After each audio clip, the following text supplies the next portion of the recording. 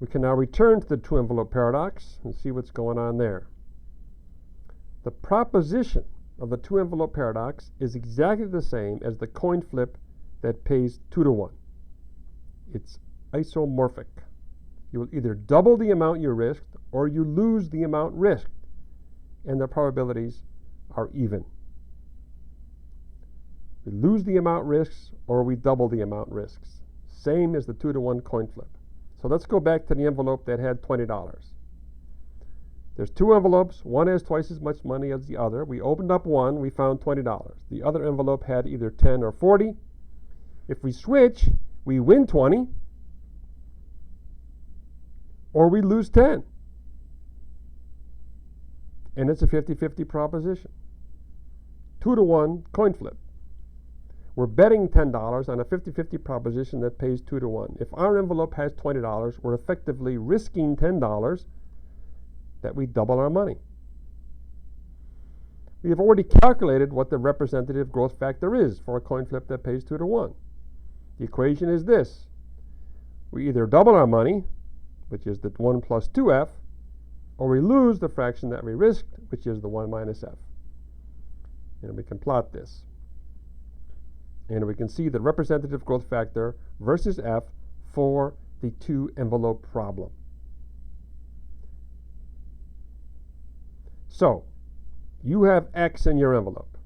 The other envelope has x over 2 or 2x, even proposition. The average of the other envelope is 1.25x. Of course it is. The first criterion for a good investment is met. There is a positive average expectation. We're making money on the average. Now we have to think about the risk. What is the risk? In the single flip investment, we could choose F. You inherited $1 million. What fraction do you risk? Some chose 0.1, some chose 0.5, some chose 0. We're choosing F. We could look at the plot and find the growth factor for that F. The two-envelope paradox, we don't have that choice. The only decision we have to make is trade or keep. We can trade for the other envelope, or we can keep the envelope that we have. If we trade for the other envelope, how much are we risking? We're not risking it at all. The worst case scenario is that the other envelope has half as much as our envelope. We're risking x over 2. What's f if you risk x over 2? It's 1/2. It's 0.5. So if you're going to trade envelopes, you're risking 0.5. Your f is 0.5. If you keep your envelope, your f is 0. If we trade for the other envelope, we are forced. We cannot choose. F must be 1/2. If we keep, f is 0. Our growth factor is 1. We have the amount we started with. Here's keeping. We're not risking anything. Our growth factor is 1. Here's trading. The f is 0.5. If the f is 0.5 and you're getting 2 to 1 odds on a coin flip, your growth factor is 1. It's the same as keeping. The envelopes are symmetric, as they must be. The two options, keep and trade, have exactly the same growth factor, which is 1. The envelopes are symmetric. There is no preferred envelope. The paradox is solved. The positive expectation is there, but the risk pulls it down to make the switch even. There really is an average of 1.25x in the other envelope. You just can't get at it because the risk is there. The high risk just cancels out the positive expectation.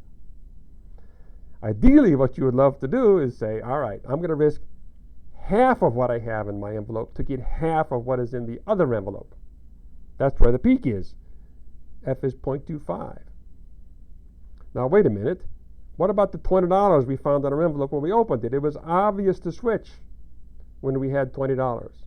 It's clear. But once you know what's in the envelope, then you can factor in the risk.